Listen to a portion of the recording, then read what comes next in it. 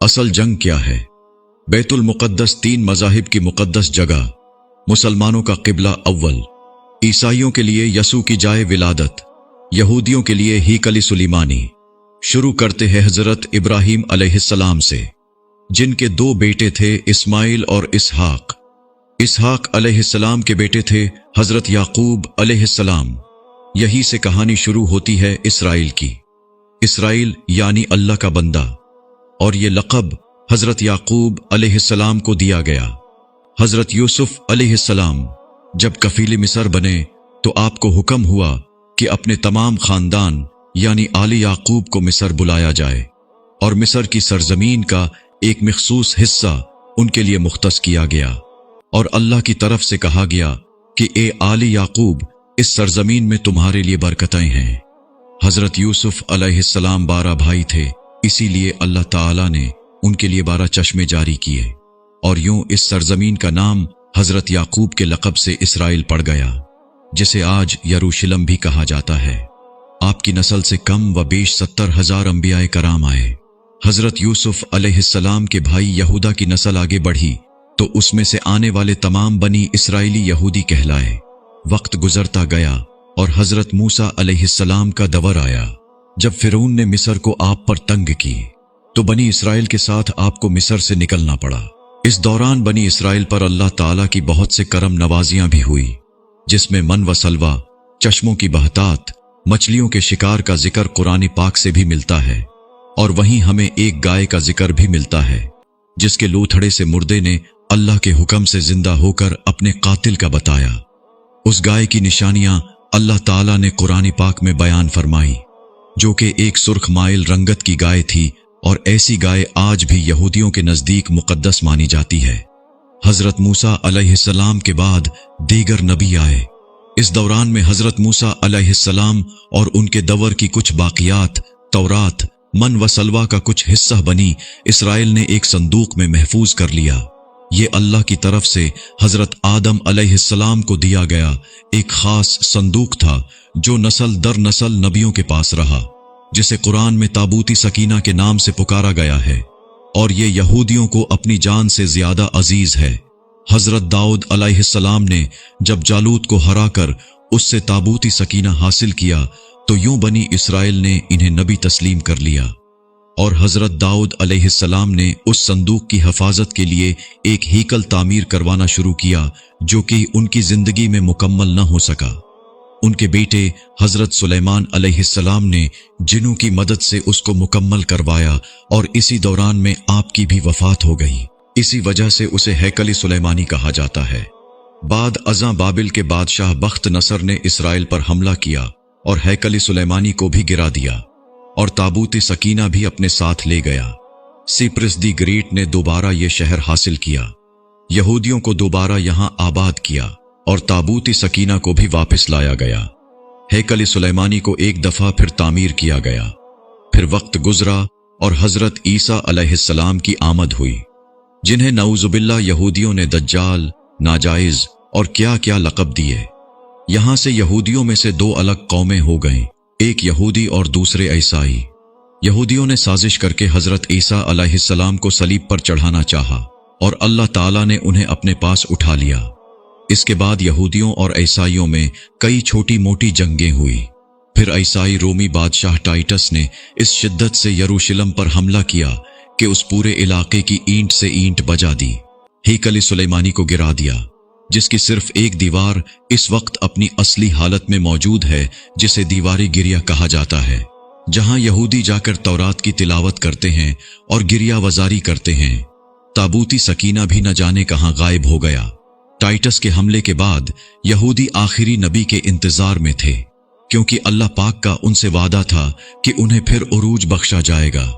इस वादा का जिक्र सूरत बकरा में भी मौजूद है कि ए बनी इसराइल, उन नेमतों को याद करो जो तुम पर की गईं, और अपना वादा पूरा करो, ईमान लाओ, ताकि हम भी अपना वादा पूरा करें।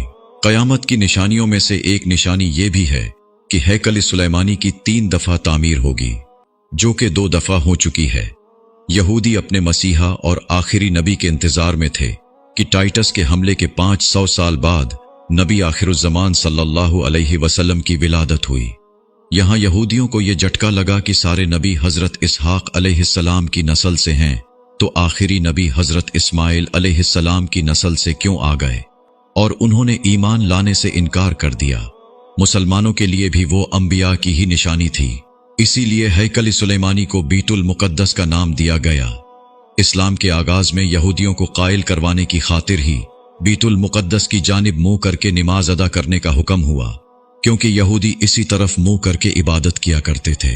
17 माह बाद हमारी इबादत का रुख बीतुल मुकद्दस से बीतुल्लाह की जानिब मोड़ दिया गया, क्योंकि मुसलमानों का शुरू से किबला अव्वल वही रहा, जिसे पहले हजरत आदम अलैहिस्सलाम और फिर हजरत इब्राहीम अलैहिस्सलाम ने तामीर किया। हजरत उमर रजी अल्लाह अन्हु के दौरे हुकूमत में इसराइल यानी यरूशलेम पर ईसाइयों का कब्जा था। बीतुल मुकद्दस के ही इहाते में उन्होंने गिरजाघर तामीर किया हुआ था, और ऐन ताबूती सकीना वाली जगह वो गंद फेंका करते थे यहूदियों की नफरत में। यरूशलेम की फतह के वक्त जब उमर रजी अल्लाह अन्हु वहां गए तो ईसाइयों पर बरहम हुए।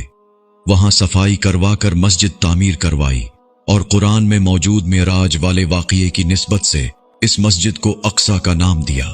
यहूदियों की दीवार गिरिया भी इसी इहाते में मौजूद थी, तो ज़ायरीन की हैसियत से उन्हें भी वहां आने की इजाजत दे दी गई। खिलाफत अब्बासिया तक यरूशलेम एक मुस्लिम शहर रहा। इसके बाद ईसाइयों ने दोबारा यरूशलेम पर हमला करके इस पर कब्जा कर लिया। सलाहुद्दीन अय्यूबी ने ईसाइयों के खिलाफ 50 से जायद जंगें करके बीतुल मुकद्दस दोबारा हासिल किया, और फिर 700 सालों तक ये खिलाफत उस्मानिया के ज़ीर सल्तनत रहा। यहूदियों को भी दीवारी गिरिया तक अपने मजहबी इक़दामात की आज़ादी रही, और यहूदी आहिस्ता आहिस्ता फिर यरूशलेम में आबाद होना शुरू हो गए। इस दौरान में कई बार उन्होंने खिलाफती उस्मानिया के सुल्तान को पैसों के एवज यरूशलेम उन्हें सौंपने का लालच दिया, लेकिन नाकाम रहे। इस दौरान में उन्हें यह अंदाजा हो चुका था कि उन्हें अब खुद अपनी पहचान बनानी है, और बाइबल में मौजूद यहूदियों के आखिरी उरूज से कबल वाली कई निशानियां भी जाहिर हो चुकी थी, और वो ये तस्लीम कर चुके थे कि उनका आखिरी मसीहा अब दज्जाल होगा, जिसकी बदौलत पूरी दुनिया में उनका दोबारा बोलबाला होगा। उन्होंने बरतानिया से साजबाज करके खुद को अलग रियासत तस्लीम करवा लिया। यूं इसराइल बाकायदा एक मुल्क की सूरत में दुनिया के नक्शे पर उभरा। फिर आहिस्ता आहिस्ता उन्होंने फलस्तीन और दीगर मिस्री इलाकों पर भी कब्जा कर लिया। अरब मुमालिक इसराइल के खिलाफ जंग पर आए, लेकिन उस वक्त तक ये खुद को इतना मजबूत कर चुके थे, अरब मुमालिक को इस एक छोटे से मुल्क से मुंह की कानी पड़ी। ईसाइयों ने भी देख लिया कि अब उनसे लड़कर कुछ वसूल नहीं होना, तो बाकायदा गिरजाघरों में पादरियों ने तकरीबात मुनक्किद की और यहूदियों के लिए मुआफ़ी का ऐलान किया गया। यूं सियासी और इक्तिसादी मफाद परस्ती ने 2000 सालों से एक दूसरे के अज़ली और जानी दुश्मनों को एक सफ पर ला खड़ा किया, और कुरान की बात भी सच हो गई कि यहूद व नसरी एक दूसरे के दोस्त हैं। यहूदियों के अकायद के मुताबिक वो हैकल सुलेमानी की हिफाजत नहीं कर पाए तो खुद को कसूरवार कहते हैं, खुद को सजा देने के लिए जंजीरों और चमड़े से पेटते हैं, और दीवारी गिरिया के पास आह वजारी करते हैं। वो ईमान रखते हैं कि तीसरी बार उन्हें पूरी दुनिया पर हुक्मरानी हासिल होगी। इसके लिए उन्हें मस्जिद अक्सा को गिराना होगा, जिसकी तैयारी वो कर चुके हैं। कब से मस्जिद अक्सा के नीचे बारूदी सुरंगें बिछा दी गई हैं। इसके बाद हैकल सुलेमानी तामीर करके ताबूती सकीना वहां रखना है। ताबूती सकीना भी वो दोबारा हासिल कर चुके हैं, लेकिन मसला था सुर्ख गाय, क्योंकि उनके अकीदे के मुताबिक वो नापाक हैं, और जब तक पाक नहीं हो जाते हैकल सुलेमानी तामीर नहीं कर सकते, और पाक होने के लिए सुर्ख गाय की कुर्बानी देना होगी। वो गाय जिसकी निशानियां कुरान पाक में बयान की गई हैं, जो उस वक़्त भी उन्हें ढूंढने में मुश्किल हुई थी। अब भी 100 साल तक वो वैसी गाय की तलाश करते रहे। टेक्नोलॉजी का इस्तेमाल करते हुए बच्चे पैदा करने का कामयाब तजुर्बा किया उन्होंने। फिर उस तजुर्बे की बदौलत वैसी निशानियों वाली गाय पैदा करने की कोशिश की गई, लेकिन नाकाम रहे।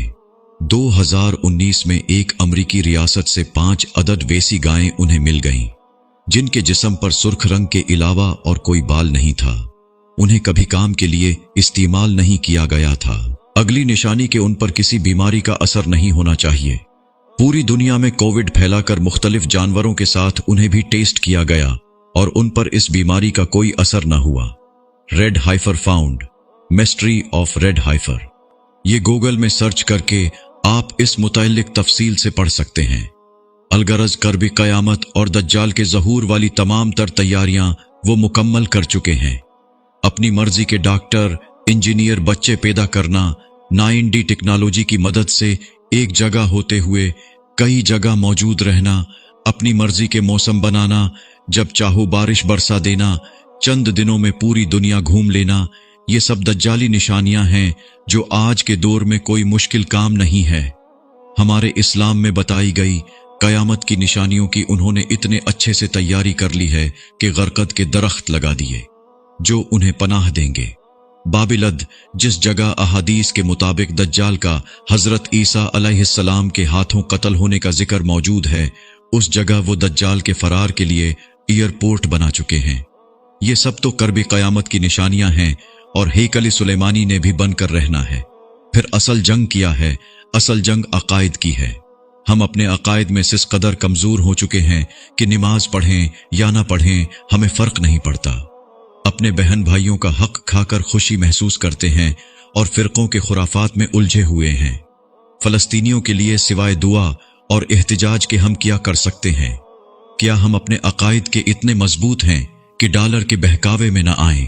क्या हम यहूदियों के मुकाबले में निकलने वाले खुरासान मुजाहिदीन की लिस्ट में आते हैं या बस सोशल मीडिया के तमाशाई हैं? अगर आज दज्जाल जाहिर हो जाए और तौबा का दरवाजा बंद हो जाए तो हमारी आखिरत के लिए क्या तैयारी है?